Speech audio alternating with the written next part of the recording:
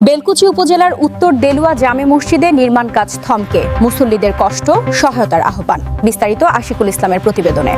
সিরাজগঞ্জের বেলকুচি উপজেলার উত্তর দেলুয়া এলাকায় অবস্থিত উত্তর দেলুয়া জামে মসজিদের নির্মাণ কাজ দীর্ঘ 2 বছর ধরে চললেও বর্তমানে অর্থ অভাবে তা প্রায় বন্ধ হয়ে পড়েছে।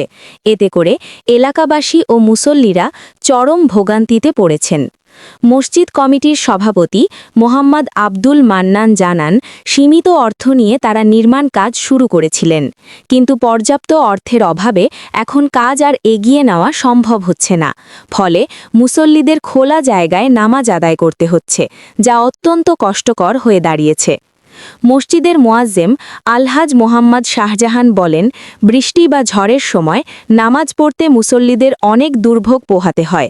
কখনো কখনো পাশের একটি জরাজীর্ণ টিনের মাদ্রাসায় নামাজ আদায় করা হলেও সেটিও নিরাপদ নয়।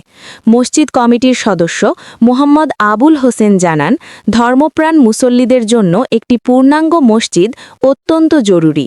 বর্তমান পরিস্থিতিতে তারা মানবেতর জীবনযাপন করছেন এবং ধর্মীয় কার্যক্রম সঠিকভাবে পরিচালনা করতে পারছেন না।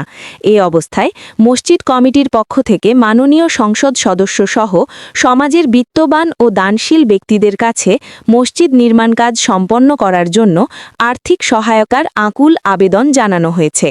স্থানীয়রা আশা করছেন, দ্রুত সহযোগিতা পেলে মসজিদটির নির্মাণ কাজ সম্পন্ন হবে এবং মুসল্লিরা স্বাচ্ছন্দ্যে ইবাদত করতে পারবেন।